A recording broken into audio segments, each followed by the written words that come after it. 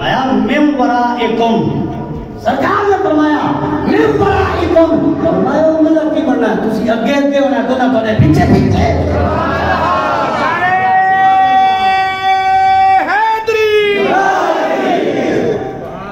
فرمایا من ورائکم، کہتے پیچھے پیچھے۔ ایک اور حدیث پاک سن لو، سبحان اللہ، بہت پہلے ایک اور حدیث تمہید ماننے کے لیے حضور نے فرمایا میری شفاعت حق ہے، میری شفاعت حق ہے، اور جو میری شفاعت کو نہ مانے گا قیامت کے دن اس کو کوئی نہیں ملے گی۔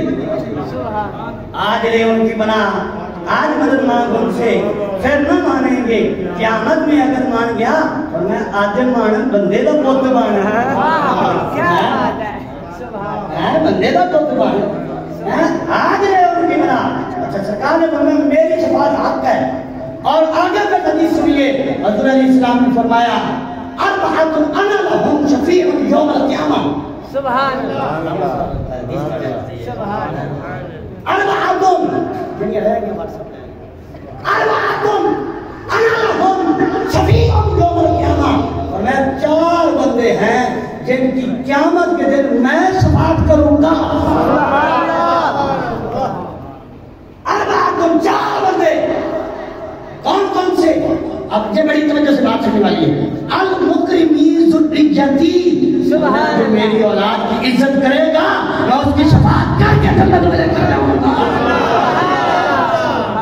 اولاد کی عزت کرے گا، یہاں روک کر ایک اور نہ سنا دینا۔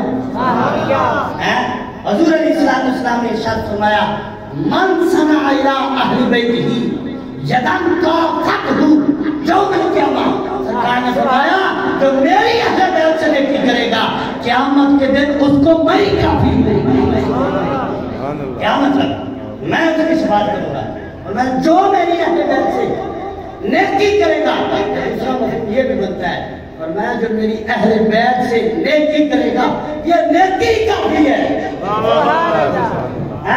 یہ نیکی کافی ہے جو میری اہل بیت سے نیکی کر لے۔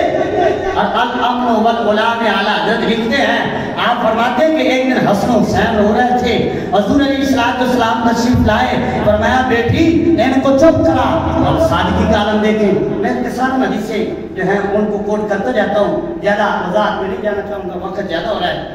حضور علیہ السلام نے فرمایا شہزادی بیٹی ان کو چپ کرا، آج کی آسلام کچھ کھانے کو نہیں، یہ بھوک کی وجہ سے رو رہے ہیں۔ اب حضور علیہ السلام صحابہ کرام میں تشریف لائے، اور حضور علیہ السلام نے فرمایا کون میرے حسن حسین کو کھانا کھلائے گا، کون میرے حسن حسین کو کھانا کھلائے گا؟ حضرت فاروق اعظم کہتے ہیں کہ میرا دل کر رہا تھا کہ میں جاؤں، لیکن عبد الرحمن بن عوف پہلے ہی چلے گئے، دو روٹیاں پکا کر ان کو تیار کیا اچھے طریقے سے، کپڑے میں لپیٹ کر پیش کی۔ مہمان کو کپڑے میں روٹی لپیٹ کر دینا یہ صحابہ کرام کا طریقہ ہے۔ اچھا کپڑے میں لپیٹ کر روٹی پیش کی، حضور نے قبول فرمایا اور عنایت فرمائی، حضور محتاج تو نہیں، لیکن بتانے کے لیے کہ ان کی شان کیا ہے، بتانے کے لیے کہ ان کی شان ہے کیا ہے، حضور نے قبول فرما لی، تشریف لے گئے، حسن حسین کو کھلائی، وہ خوش ہو گئے، جب وہ خوش ہو گئے تو حضور کی شہزادی بھی خوش ہو گئی، اور سرکار نے فرمایا جس سے میری بیٹی راضی اس سے رب بھی راضی، تو وہ خوش ہو گئی، سرکار بھی خوش ہو گئے، سرکار تشریف لائے۔ اب عبد الرحمن بن عوف کو حضور نے کیا انعام عطا فرمایا؟ حضور علیہ السلام نے فرمایا اے عبد الرحمن تو نے میری اہل بیت سے نیکی کی ہے، جا تیری دنیا کے کام سبر گئے، اللہ اکبر، جا تیری دنیا سبر گئی، وَأَمَّا الْآخِرَةُ وَأَنَا لَهَا ضَامِنٌ، فرمایا تیری آخرت کی ضمانت میں محمد عطا کرتا ہوں۔ کیا مطلب؟ فرمایا تو نے میری آل کو خوش کیا ہے، جا دنیا سے بھی کمی نہیں رہے گی، آخرت سے بھی نہیں رہے گی۔ حضور کی آل کو جو خوش کرتا ہے، حضور کی آل سے نیکی جو کرتا ہے، حضرت عبداللہ بن مبارک حج کے لیے تیار ہوئے، بڑے جو سفر کیا اور بڑا جو ہے تیاری کی، گھر کے حالات اتنے اچھے نہیں تھے، اتنے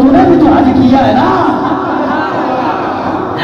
تجھے بھی مبارک ہو، تو نے بھی تو حج کیا ہے۔ پریشان ہو گئے یہ حج کیسا، یہ کیسی مبارک، دوسرے حاجی کو ملے، اس نے کہا عبداللہ مبارک ہو، اس نے کہا یا تجھے مبارک ہو، اس نے کہا تم نے حج نہیں کیا، اس نے کہا میں نے بھی حج کیا ہے۔ تیسرے حاجی کو ملے، اس نے بھی مبارک دی، چوتھے حاجی کو ملے، اس نے بھی مبارک دی، حتیٰ کہ ایک حاجی کو ملتے ہیں اور اس کو کہتے ہیں تجھے مبارک ہو، اور وہ کہتے ہیں عبداللہ تجھے بھی مبارک ہو، اور وہ جو صفا مروہ میں یا طواف کرتے ہوئے جو مجھے سامان دیا تھا، جو مجھے پیسے دیے تھے، وہ واپس نہیں لینے تھے،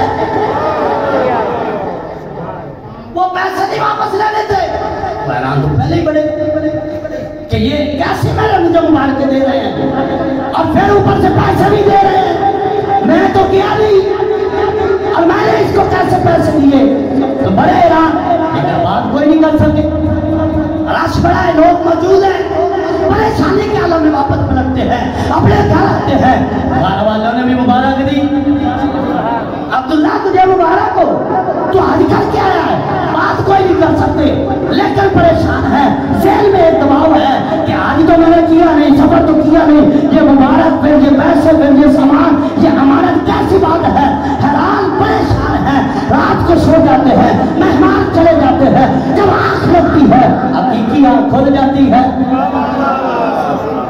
یہ آنکھیں بند ہوتی ہے، حقیقی آنکھیں کھل جاتی ہے، حضور تشریف لاتے ہیں، دیدار کرواتے ہیں، حضرت عبداللہ بن مبارک کھڑے ہو گئے، آپ کی یا رسول اللہ مجھے مسئلہ نہیں سمجھ آ رہا، میں نے حج کیا نہیں، میں حج پہ گیا نہیں، یہ مبارک کیسی ہے، تو حضور علیہ السلام نے فرمایا عبداللہ اب مان بھی جا، تو نے حج کیا ہے، حج کرتے یا رسول اللہ میں کیا نہیں، یہ حج کیسا ہے، تو حضور نے فرمایا اے عبداللہ جو تو نے میری شہزادیوں سے، جو میری بیٹیوں سے وہ نیکی کی تھی، جو ان کی خدمت کی تھی، اللہ تعالیٰ نے تیری شکل کا ایک فرشتہ پیدا کر دیا جو قیامت تک حج کرتا رہے گا اور تجھے ثواب ملتا رہے گا۔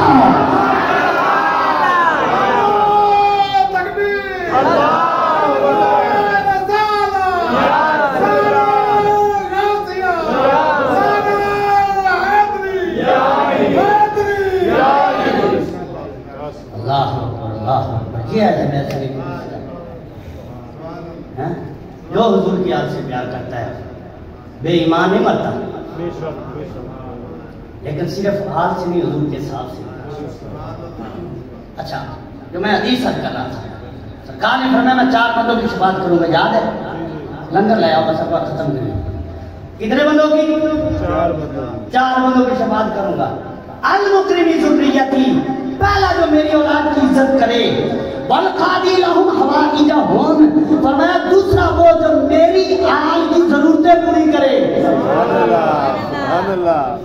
جو میری آل کی اولاد کی ضرورتیں پوری کرے، وسائی لہم فی امورہم انما اتقوا الیہ، فرمایا تیسرا بندہ وہ جس کی میں شفاعت کروں گا جو میری آل کی خدمت کرنے کے لیے کوشش کرتا ہے، بھاگ دوڑ لگاتا ہے، کوئی کام کہتے ہیں کوئی محنت کر کے آتا ہے، کوئی ضرورت ہوتی ہے تو وہ لا کر دیتا ہے، اور میں اس کی شفاعت کروں گا۔ چوتھی گل سن کے تھوڑا ایمان تازہ ہو جائے گا، فرمایا وَلَمُحِبُّ لَهُمْ بِقَلْبِهِ وَلِسَانِهِ، سبحان اللہ، فرمایا چوتھا بندہ، اور بیٹا لنگر کھا کے جاؤ یار، آجاؤ ختم کریے، تو پریشان ہو گئے کہ لنگر لین چلے آئے، اللہ آگیا وَالْمُحِبُّ لَهُمْ بِقَلْبِهِ وَلِسَانِهِ، فرمایا چوتھا بندہ وہ ہے جو دل سے بھی میری آل سے پیار کرے اور زبان سے بھی میری آل سے پیار کرے، اے نہیں کہ زبان نہ تعریفہ کرے تو دلوں کھوٹا ہوئے، ایسے نہیں چلے گا، دل سے بھی پیار کرنا ہے، زبان سے بھی پیار کرنا ہے، تو الحمدللہ ہم دل سے بھی کرتے ہیں، زبان سے بھی پیار کرتے ہیں۔ اللہ کا شکر ہے کہ اللہ تعالیٰ نے ہمیں حضور کی آل کا بھی پیار عطا فرمایا ہے، حضور کے اصحاب کا بھی پیار عطا فرمایا۔ شاہد گرامی، حضور کی آل اس کائنات میں امن کا سبب ہے، دنیا قائم ہے حضور کی آل کا صدقہ، ہم عذاب سرکار نے فرمایا ابشری یا فاطمہ فإن المہدی منکی، فرمایا اے بیٹی تجھے مبارک ہو، میری امت کا آخری امام مہدی بھی تیری اولاد سے ہوگا۔ کیا مطلب تھا کہ سب ہر ایک کی نسل ختم ہو سکتی ہے لیکن میری نسل نہیں ختم ہو سکتی۔ اس امت کا آخری امام مہدی ہے جن کے پیچھے حضرت عیسیٰ علیہ السلام نماز پڑھیں گے، اور کیا حضرت نے فرمایا وہ بھی تیری اولاد سے ہوگا، حسنی حسینی ہوگا، نام اس کا محمد ہوگا، باپ کا نام عبداللہ ہوگا، ماں کا نام آمنہ ہوگا۔ اور آخر میں بالکل گفتگو ختم ہو گئی ہے، آخر میں نے ایک دو مسئلے عرض کرنے ہیں۔ ایک تو یہ ہے، علامہ صاحب موجود ہے، بخاری شریف کے جیسے بات ہے کہ ایک بندہ بڑا جہاد کر رہا تھا، صحابہ کرام دیکھ کر رش کہا گیا، بڑا جہاد کر رہا، بڑے کافروں کو مارا ہے۔ سرکار نے فرمایا یہ جہنمی ہے، یہ جہنمی ہے۔ صحابہ کرام پریشان ہو گئے، اتنا جہاد کرنے والا جہنمی؟ ایک بندہ پیچھے گیا، دیکھا اس کو زخم لگے، تاب نہ لا سکا، اس نے پیٹ پر تلوار رکھی، اپنے آپ کو خود مار لیا، خود کشی کی، اپنے آپ کو مارا۔ مسئلہ یہ ہے اپنے آپ کو مارنے والا ان کے پیچھے نماز پڑھے پھر بھی غلطی نہیں، اپنے آپ کو مارنے والا، مسئلہ سمجھ ہے؟ سبحان اللہ، اپنے آپ کو مارنے والا، کسی کو برا نہیں کہنا، اپنے آپ کو مارنے والا، اپنے آپ کو مارنے والا حضور کے پیچھے نماز پڑھے تو بھی جنتی نہیں ہو سکتا۔ تو 14 صدیوں کے بعد جو اپنے آپ کو مارے پھر آکے جنتی کام ہے، ایک بول رہے پوتے جنتی نہیں ہو سکتا جو اپنے آپ کو مارے، کیونکہ جنتی وہی ہوئے گا جڑا اپنی طبیعت عادت کو چھاڑ کے حضور کی شریعت پہ عمل کرے۔ پھر دوسرا مسئلہ، لباس وضع قطع میں بھی مخالفت رکھنی چاہیے بعض مذہبوں کی، بالخصوص اس مہینے میں اور خاص ان دنوں میں وہ لباس نہیں پہننا چاہیے جس سے بعض مذہبوں کی مشابہت ہو۔ کیسے؟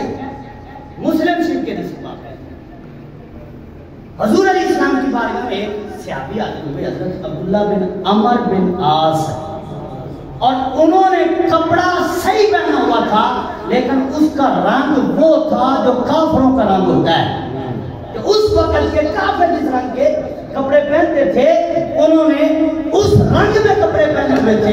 حضور نے کیا فرمایا؟ اِنَّ هَذِهِ ثِيَابُ الْكُفْرِ، فرمایا یہ کفر کے کپڑے ہیں، لا تلبسها، حکم دیا کہ ان کو نہیں پہننا، ان کو نہیں پہننا۔ کیوں؟ کہ اس سے مشابہت ان کی نظر آ رہی ہے، کیونکہ من تشبہ بقوم فہو منہم، فرمایا جو کسی قوم کی تشبیہ اختیار کرتا ہے وہ قیامت کے دن اسی کے ساتھ اٹھایا جائے گا۔ اور دوسری حدیث میں ہے جو کسی کی مجمع، کسی کی مجلس کو زیادہ کرے اس میں جا کر بیٹھے، فرمایا وہ بھی ان میں سے ہے۔ نہ ان کی محفل کی مجلس میں جانا ہے، نہ ان کی مشابہت بنانی ہے، اور نہ ہی ان جیسے کپڑے پہننے ہیں۔ اور پھر بالکل آخری بات ہے، آپ کہیں گے بات سے بات جوڑتے جاتے ہو، لمبی کرتے جاتے ہو، بالکل آخری بات ہے، 10 محرم کیسے گزارنا ہے؟ یوم عاشورہ اس کو کہتے ہیں، کیسے گزارنا ہے؟ بازاروں میں گھوم کر یا ادھر ادھر پھیر کے یا لوگوں کو دیکھ کر، وہ جو کرتے ہیں اس کو دیکھ کر نہیں۔ شریعت کیا حکم دیتی ہے؟ میں بات کر رہا ہوں شریعت کی، کسی پہ اٹیک نہیں کرنا، ہم نے کرنا ہے شریعت پہ عمل۔ شریعت کیا کہتی ہے؟ حضور علیہ السلام جب مکہ سے مدینہ آئے نا تو حضور نے دیکھا کہ یہودی روزہ رکھتے ہیں 10 محرم کا، یوم عاشورہ اس کو کہتے ہیں، تو حضور علیہ السلام نے فرمایا سومو یوم عاشورہ، فرمایا یہ یوم عاشورہ یعنی 10 محرم کا روزہ رکھو۔